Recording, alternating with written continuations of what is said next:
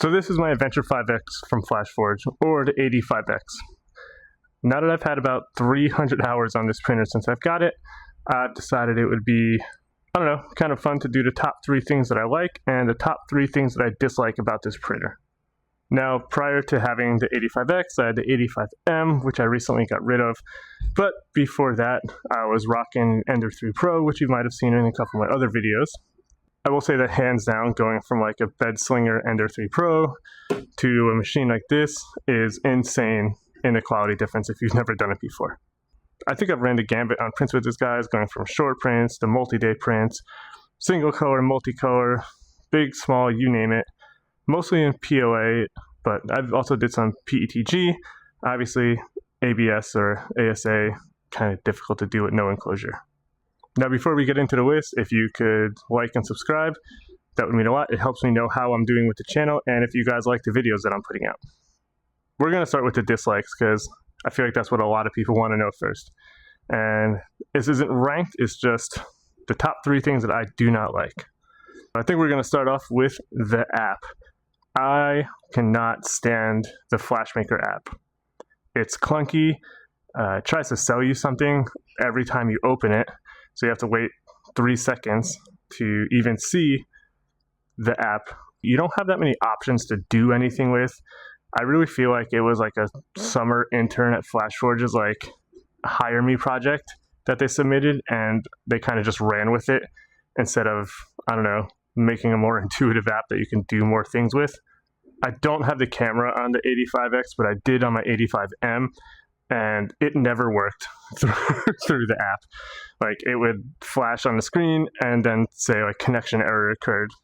Whenever I was using Clipper and FlashForge on the 85M, it worked no issue through like the web interface. I don't know, it's really hard to pinpoint like one thing that I dislike about the app. It just feels like it was made in like 2012 and hasn't been updated since, and I try to avoid it at all costs. Like, I don't even check on it to see to my print status. I'll either go to my laptop or just walk out into the garage instead of opening the app. I had to go grab one of these so we can get to number 2. That's the spool roller thingies that came with the 85X. Now, they work, all right? They keep the spools tight while the multicolor system backs out the filament to switch colors. It works. I'm not trying to say it doesn't work.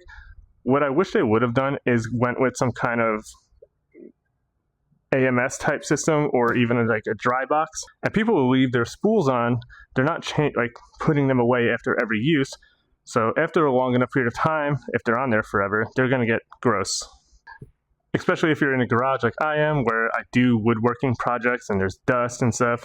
Dust is going to settle on the filament. Granted, I try not to print while I'm doing that stuff so it doesn't fall on the actual print itself. Either way, it could cause some issues.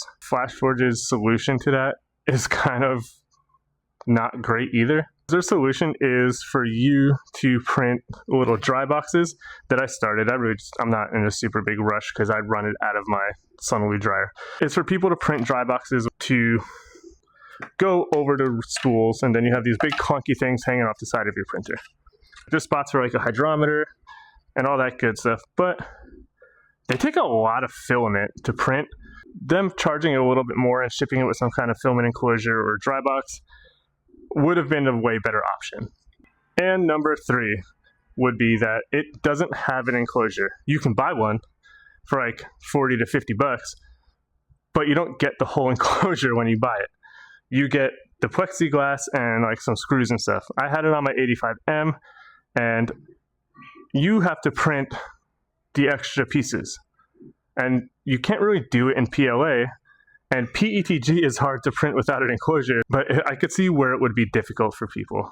Now, I mean, I feel like for them, maybe it's a production issue, it would cost a lot more, but if the plexiglass for the enclosure is like 50 bucks, the roll of PETG is 20 bucks, charging an extra $70 on top of the printer to have an enclosure wouldn't have been a horrible idea, I think, and I probably would have opened up a lot more sales for people who want to print like ASA and ABS with it. Now granted, I bought this printer knowing I wasn't going to print that stuff on it, but If I'm being nitpicky and picking things I don't like, that's one of them. All those things being said, I understand why they did what they did, which is to keep the price down. And at the price point, I think this printer is a sweet deal. And probably the only other one around that price I would recommend would be the Elegoo Centauri Carbon. Alright, now that we went over the things that I don't like about it, let's go through the top 3 that I do like about the Adventure 5X. The first thing I like about this printer is the reliability. Now, before people come and chew my head off, I understand that there's been people who have had horrible issues with this printer, but I feel like that's all printers, especially when you're trying to cut price. And this is an entry-level budget multicolor printer. So now that little disclaimer is out of the way, I could probably count on my hands how many times I've had a print fail in the 300 plus hours that I've used this printer. And I'm willing to bet most of those that I can remember were something that I messed up and not like directly the printer's fault. Like cleaning the bed, or like messing with slicer settings that I shouldn't have touched, or was trying to dial in and screwed up. I wouldn't say the printer like inherently failed. Like I didn't have like a blob of death or like any weird stuff happen where the printer just stopped working on its own. The second thing I really like about it, and again, subjective, would be how easy it was to use. It was my first multicolor printer, and that was kind of intimidating going into it, especially from like an Ender 3 to the standard 85M. I read like horror stories about multicolor printing and all that, but it took me like 15 minutes to set this thing up, and then like went into Orchid FlashForge, downloaded a multicolor print, and it just printed, which is great. And I think that's probably one of the reasons why I harp on me recommending this for beginners, because I had such a good experience with it. Again, I know there's people who did not have such a good experience, but I did, so I use my experience and recommend it to people. Last but not least, the thing I like the most about this printer has to be the quality. Now, in one of my previous videos, I did a multicolor print like quality comparison between this and my H2S when I first got it. Now, the H2S is a $1,500 printer.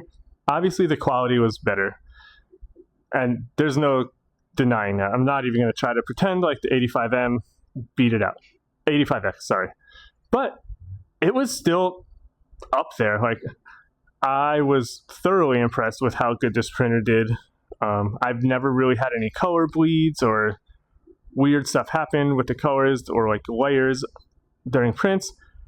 Everything I've done on it, I've been super pumped, and everyone that I've gotten like products for off of it have been super pumped. So for the price, what you're getting with the 85X, I think it's an incredible value, and it's, again, why I recommend this printer to people who, one, are just getting into multicolor printing, and two, are probably only going to print PLA or PETG, because again, the enclosure thingy, but that's a different story.